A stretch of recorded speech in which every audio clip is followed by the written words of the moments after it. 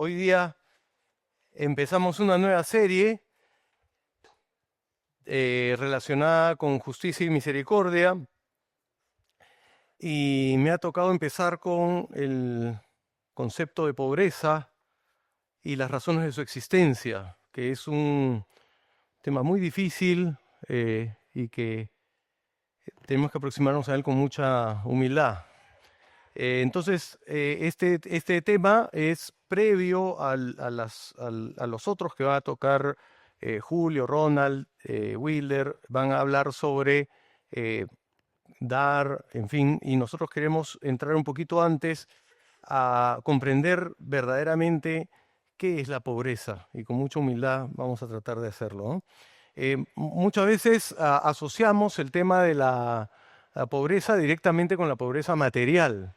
Y alrededor de la pobreza material damos vueltas tratando de identificar quién es pobre y quién no, digamos, ¿no?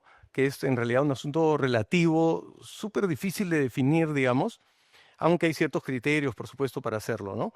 Hemos leído Génesis 3 y vamos a tratar de ver las causas de la pobreza. Y Estela me decía en la mañana, antes de venir, bueno, ¿y qué tiene que ver ese texto con el tema de la pobreza? Y vamos a ver que tiene mucho que ver, ¿no? Porque apunta al origen principal de un concepto mayor que la pobreza material. La pobreza material es, sí, importante, pero vamos a ver que es en realidad un concepto que se desprende de un concepto mucho mayor, que es el de la pobreza general, que viene a partir de la caída. En los versos que hemos leído, hemos visto que Dios le dice a la mujer: aumentaré en gran manera los dolores cuando des a luz a tus hijos, etcétera, que es en realidad la palabra en hebreo es itzabón, ¿no? Que significa eh, doloroso, penoso, labor penosa, ¿no? Pero al hombre también le dice: puesto que accediste a lo que dijo tu mujer y comiste del árbol que te ordené que no comieras, maldita será la tierra por tu causa, con dolor, con itzabón, comerás de ella todos los días de tu vida. Eh, y quiero hacer algunas aclaraciones, un par de aclaraciones de este tema. No es en realidad el tema de la prédica de hoy, pero creo que vale la pena hacer esta aclaración respecto de lo que Dios le dice tanto a la mujer como al hombre, ¿no? Lo primero que quiero aclarar es que este itzabón o estos dolores o este dolor que anuncia el Señor no está directamente relacionado con la labor de parto, que es lo que muchas veces se ha eh, entendido o como se entienden en las traducciones que tenemos en castellano, ¿no? Sino que tiene que ver con la idea de que el contexto en el cual la actividad principal de las mujeres, digamos, de aquella época, estaba relacionado con la idea de la crianza de los hijos, el concebir a los hijos y criarlos en el hogar, iba a ser, digamos, a partir de la caída, con itzabón, es decir, doloroso, difícil, trabajoso, eh, vamos a llamarlo de esa manera, ¿no? Y es la misma palabra que utiliza para el hombre, por eso digo que no tiene que ver, no tiene que tener relación directa con el tema de la labor de parto. Y le dice que sus actividades que tenían que ver con el campo y la producción iban a ser con itzabón, o sea, con dolor. Eso en primer lugar, ya, bueno, podríamos hablar un poco más de eso, pero lo segundo que quisiera decir es que el énfasis del pasaje no está en la idea del castigo, como un Dios castigador que se inventa un par de castigos, digamos, ¿no? Es decir, allá tú has caído, entonces ahora la mujer, por si acaso, vas a tener dolor al al tener tus hijos, por ejemplo, ¿no? Sino que el énfasis está en la idea de las consecuencias de lo que ha ocurrido.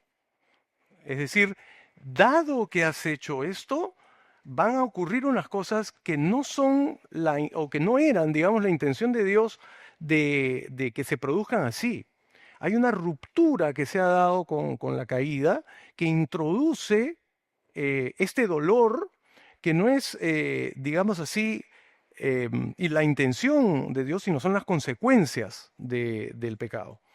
Es más, cuando le dice que Él te dominará, dice, no es que Dios tenga la intención de que los hombres sean unos dominadores machistas, heteropatriarcales, etcétera, para dominar a la mujer, sino lo que le está anunciando estas son las consecuencias de lo que va a pasar.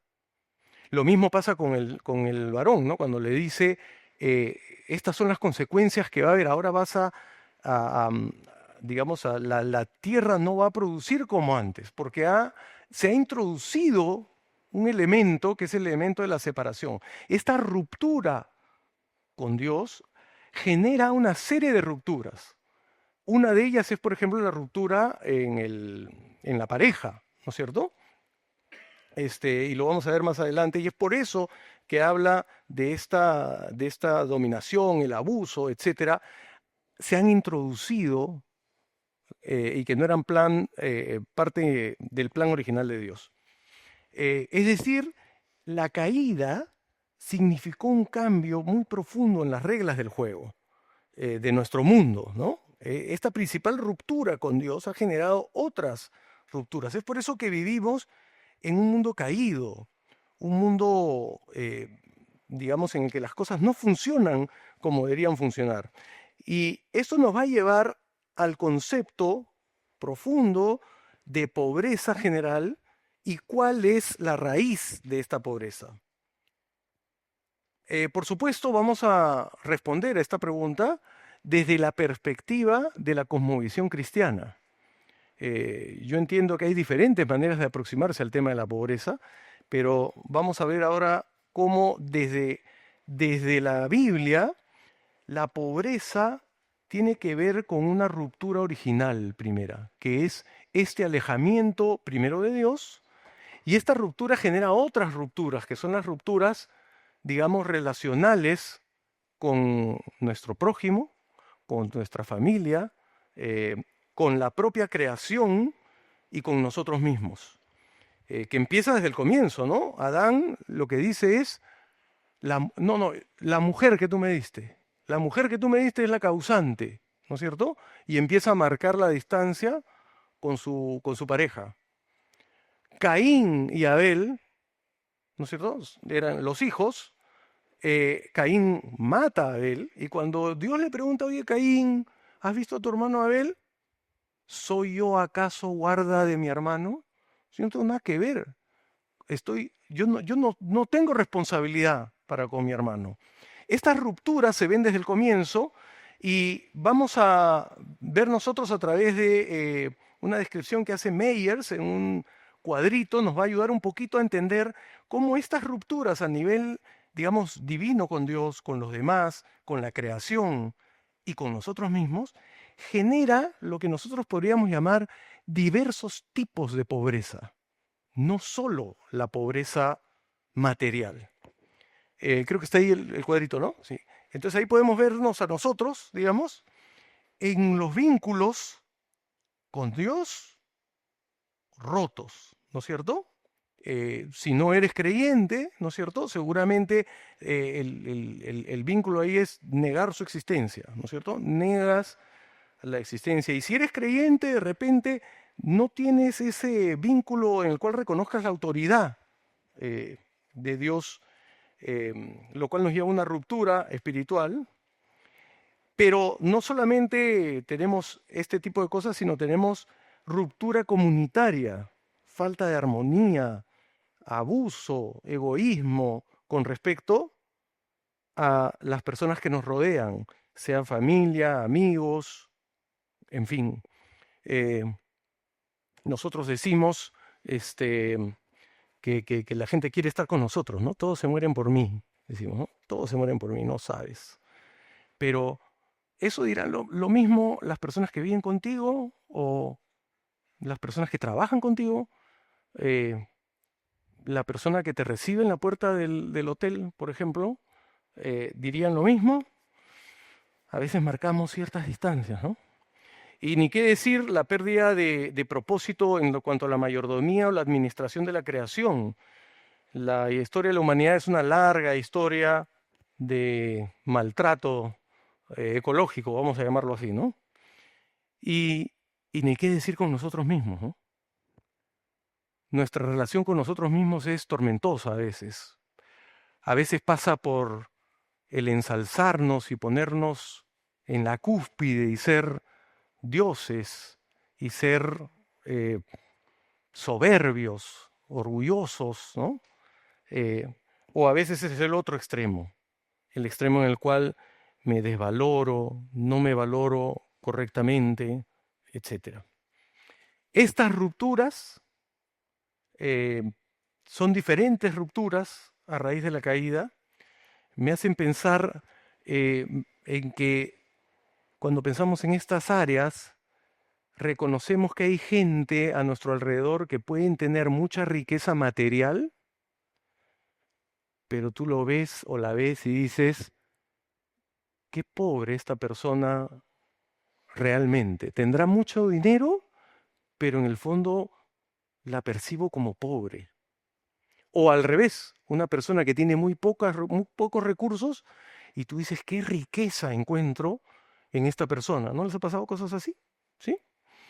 Yo me acuerdo una vez, una persona que he conocido, que pues tiene mucho dinero, pero es de los que ensalzan el ser millonario, digamos, ¿no?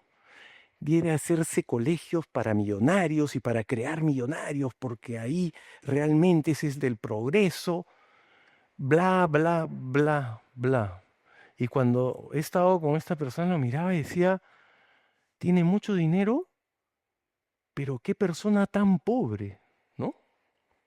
¿Dónde está esa idea en dónde radica esta riqueza o pobreza? En estas rupturas que estamos viendo. Por eso, antes de dar, debemos ubicarnos bien nosotros como comunidad y como personas, pues las actitudes importan. Todos los que estamos aquí tenemos parte en la pobreza, sea relacional, espiritual, ecológica o personal, ¿no? Vamos a ubicarnos, ¿no? Esta es la parte en la que decimos, ubícate. A ver, en lo espiritual, ¿cómo vas con Dios? ¿En qué lugar te encuentras respecto del concepto de Dios? Algunos están más alejados que otros del Señor, pensando que no lo necesitas, no sé.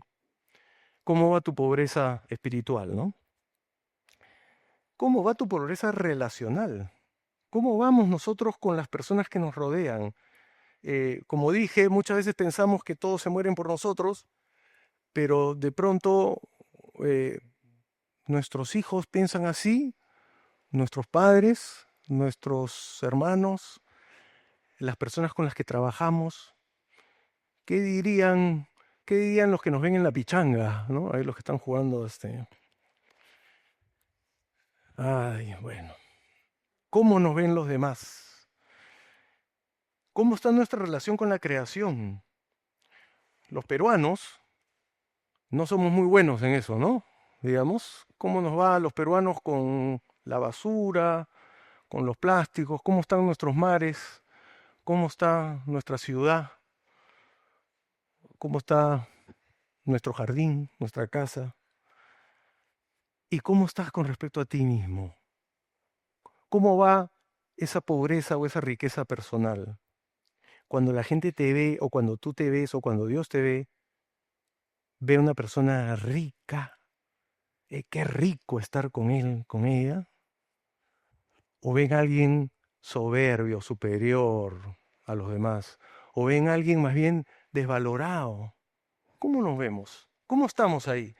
Lo importante es darnos cuenta que todos nosotros en estas áreas tenemos alguna carencia que está eh, acompañándonos en un lado o en otro, no sé, ¿no? Ahora, el conjunto de todo esto, el conjunto global de estas desconexiones, producen finalmente la pobreza material, producen las inequidades, producen eh, eso, lo que llamamos injusticia social, ¿no?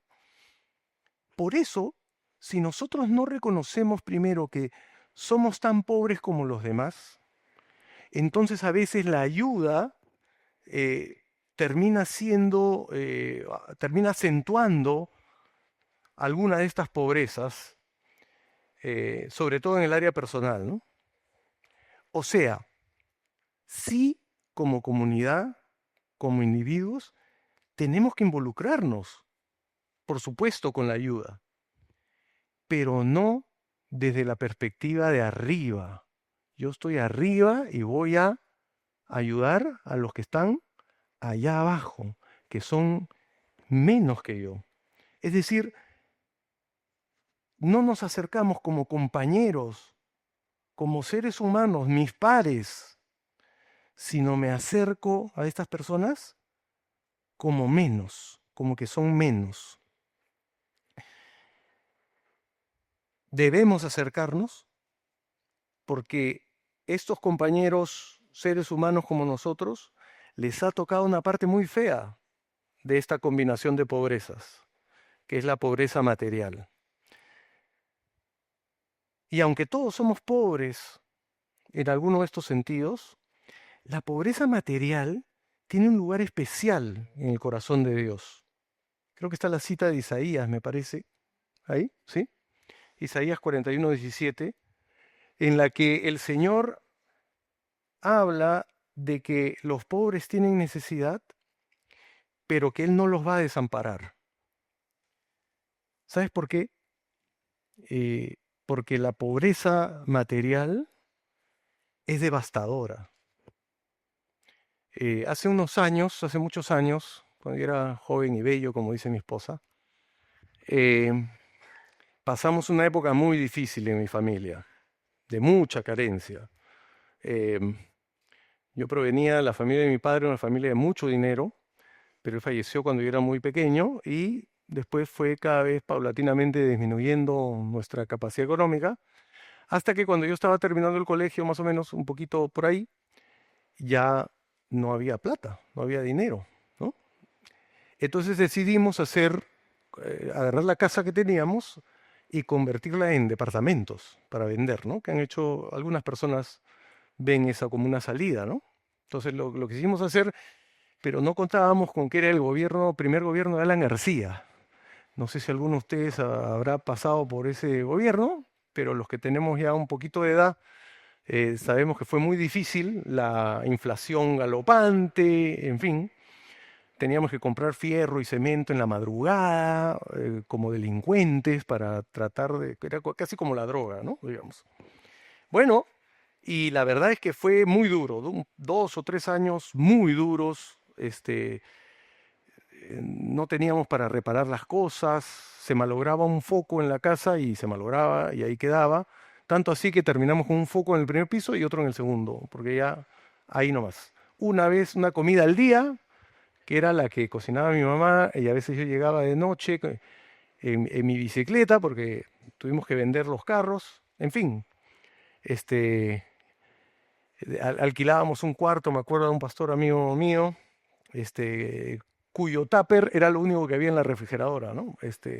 A ese nivel, realmente muy difícil, muy duras esas épocas.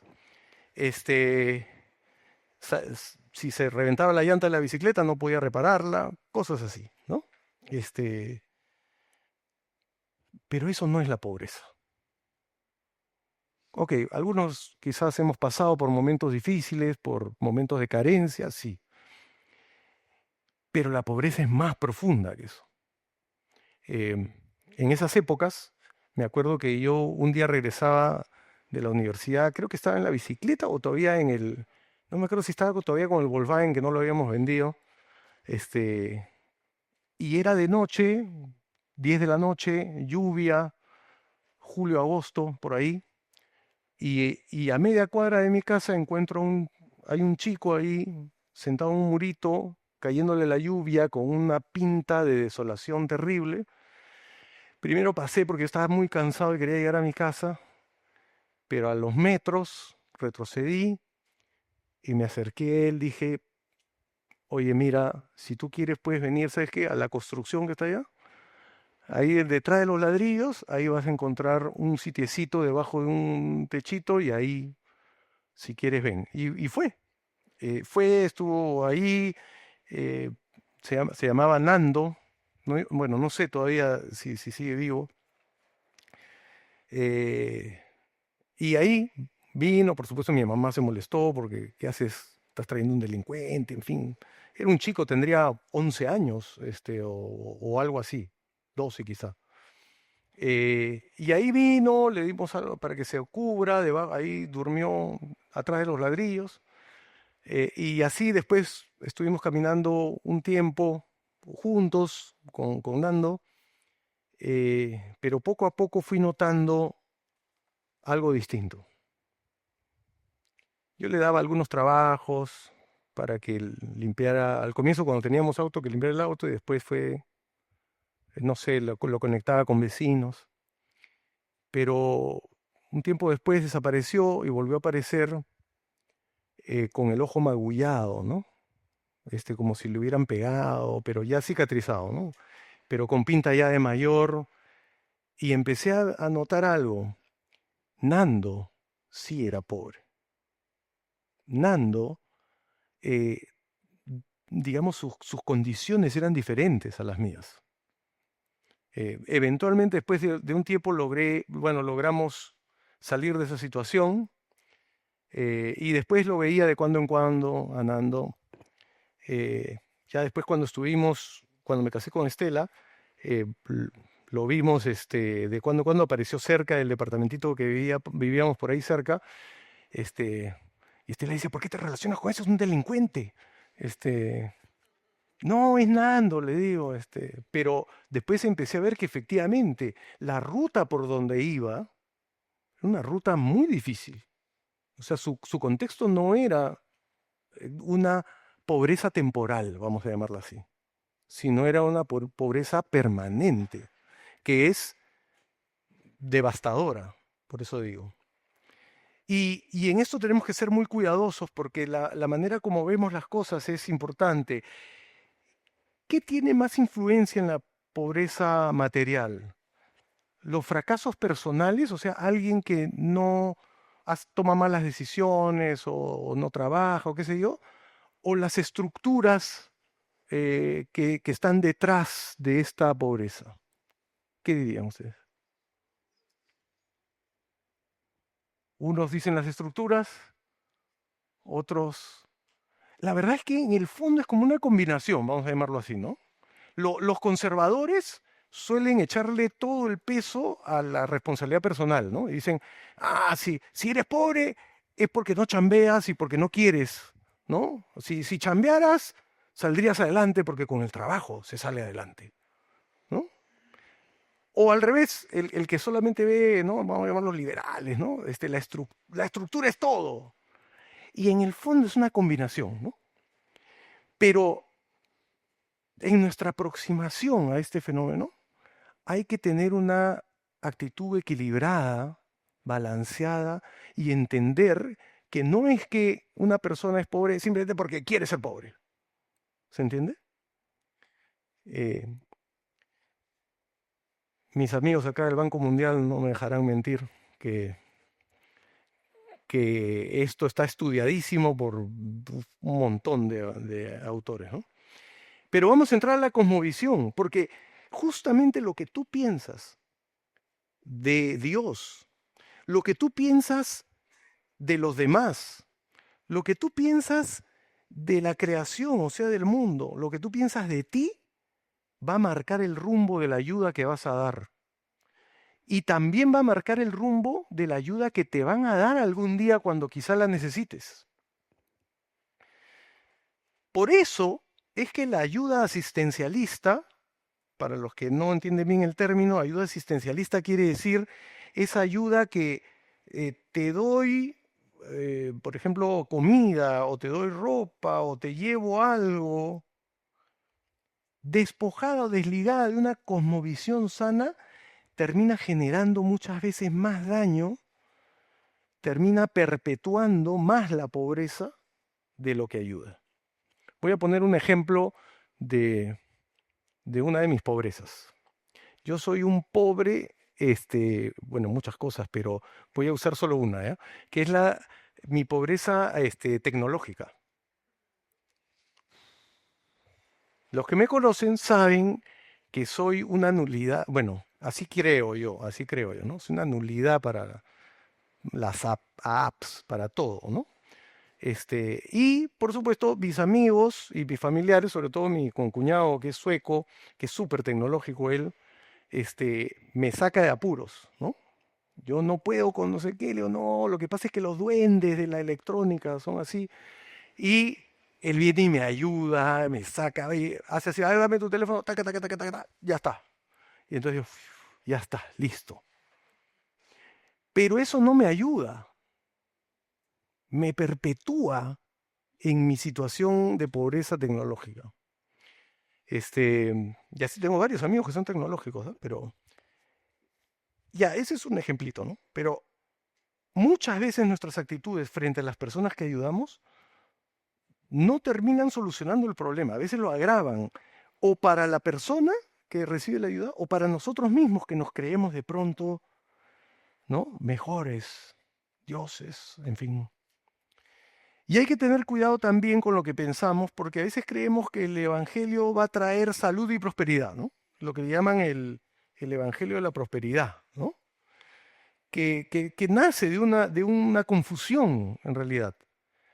Es decir, Dios sí tiene el propósito de prosperarnos, a nosotros, a nuestra ciudad, a los pobres, prosperarnos en salud, en recursos, etc.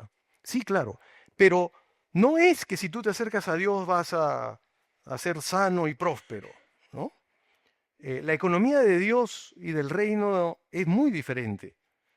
Voy a poner algunos casos de la escritura que quizá algunos de ustedes reconozcan, ¿no? Uno es el joven rico que se acerca a Jesús. Algunos han conocido esa historia, ¿no? Que se acerca y le dice qué debo hacer para heredar el reino de Dios. Y bueno, el Señor le habla los mandamientos, no sé qué, y en algún momento le dice, bueno, deja lo que tienes y sígueme.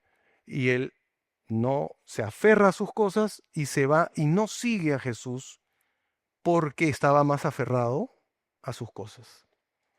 O el joven, el rico insensato también. Hay otra historia en la que iba acumulando, acumulando bienes y diciendo ahora sí voy a poder descansar, ahora sí he acumulado suficiente. Y el Señor le dice que no era rico para con Dios. O al revés, la famosa historia de la viuda, que era la viuda que daba su ofrenda, que Jesús ve que todos estaban dando ofrendas, así como en el sitio de atrás, ¿no? Para dar las ofrendas, y esta viuda pone 2 moneditas. Era una viuda muy pobre, pero Jesús dice, ella dio más que todos los otros, porque dio todo su sustento, porque lo que estaba valorando no era la cantidad, ¿no es cierto?, sino su corazón. Dios no premia con salud y recursos a los que tienen más fe. No es esa la ecuación. O que se portan mejor. O que hacen algún trato transaccional con Dios. No, mira, yo te doy mi vida y tú me haces hacer prosperar, ¿no? Es más, creo que uno de los mejores momentos que he vivido en la vida fueron los momentos en los que no tenía nada. Estos que les he contado. Fueron momentos preciosos, ¿no? Muy buenos para mí. Mateo 6:33 recalca esto y dice que busca primero el reino de Dios y su justicia y todo será añadido. Pero no es una fórmula transaccional como algunos dicen, ya, entonces lo que toca es buscar el reino de Dios, entonces yo voy a buscar el reino de Dios y me lleno de plata. No, porque la madurez espiritual no es sinónimo de prosperidad. Vamos a poner un caso en Corintios, que está en Corintios, en la carta de Corintios, que lo escribe el apóstol Pablo, sobre el caso de los macedonios, la iglesia en Macedonia. Macedonia era una zona muy pobre, históricamente pobre, y dice así, 2 Corintios 8, del 1 al 5, hermanos, también queremos contarles acerca de la gracia que Dios ha derramado sobre las iglesias de Macedonia, cuya generosidad se desbordó en gozo y en ricas ofrendas, a pesar de su profunda pobreza y de las grandes aflicciones por las que han estado pasando. Yo soy testigo de que ellos han ofrendado con espontaneidad y de que lo han hecho en la medida de sus posibilidades e incluso más allá de estas. Insistentemente nos rogaron que les concediéramos el privilegio de participar en este servicio para los santos e hicieron más de lo que esperábamos, pues primeramente se entregaron al Señor y luego a nosotros por la voluntad de Dios. Se hicieron ricos siendo pobres, porque los que tú llamas pobres no son menos espirituales que tú. Los que yo llamo pobres no son menos dignos que yo, porque el Señor nos ha creado todos a su imagen y semejanza. Por eso digo que nos podemos involucrar, sí, pero tenemos que empezar a ver a las personas necesitadas como personas creadas por Dios a su imagen y semejanza, que son nuestros pares, que están pasando por un momento de dificultad, de necesidad material, que muchas veces no ha sido causada por ellos. A veces sí, a veces no.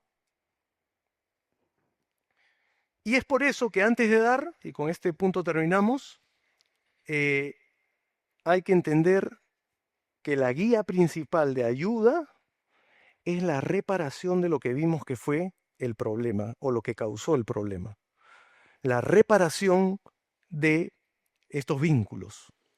Por eso es que en nuestra ayuda tenemos que enfatizar los procesos y las personas por encima de los productos y los proyectos.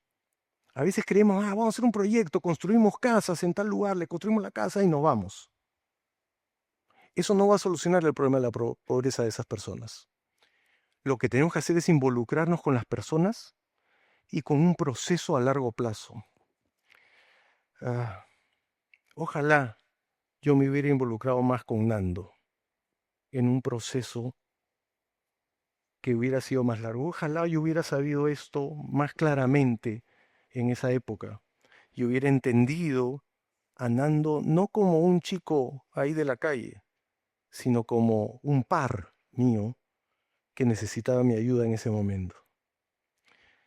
Por eso el Señor, en Isaías 58, versos del 5 al 8, nos va a cuestionar a todos nosotros. Cuestiona a Israel, pero también a todos nosotros. Nos dice, está hablando acerca del ayuno, que eran estas prácticas espirituales, ¿no? Y dice, ¿acaso yo quiero como ayuno? Lo que quiero es que un día alguien aflija su cuerpo, que incline la cabeza como un junco y que se acueste sobre silicio y ceniza. ¿A eso llaman ayuno y día agradable al Señor? No, no. No es más bien el ayuno que yo quiero, dice el Señor, que se desaten las ataduras de impiedad. O sea, esas ataduras que atan a la gente hay que desatarlas, no se van a desatar por sí mismas. Que suelten las cargas de opresión y que se ponga en libertad a los oprimidos.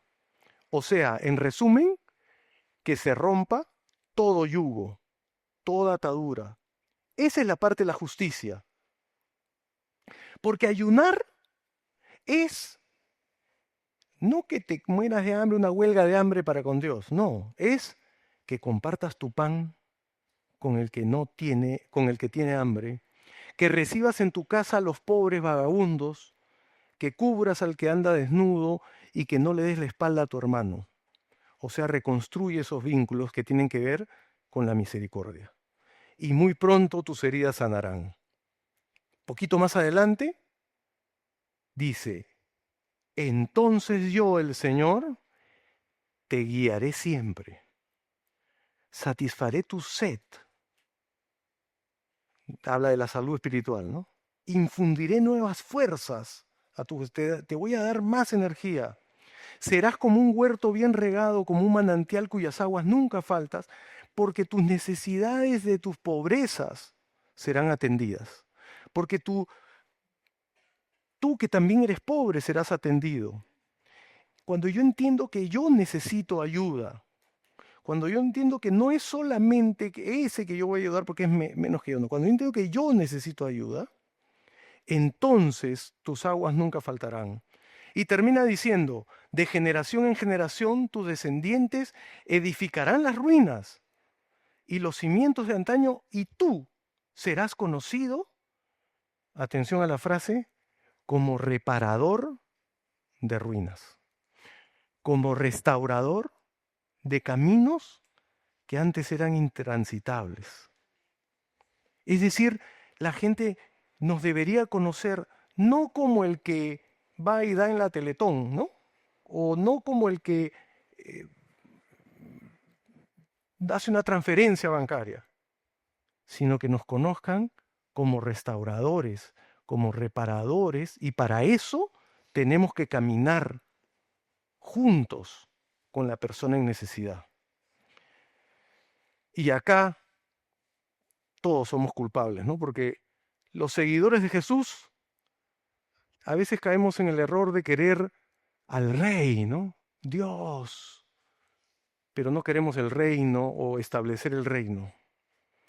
Y si de repente estás en la otra orilla, ¿no? En la orilla opuesta, que quieres el reino, quieres que las cosas que haya justicia y todo, pero no quieres el rey. Voy a terminar con Miqueas 6, del 6 al 8.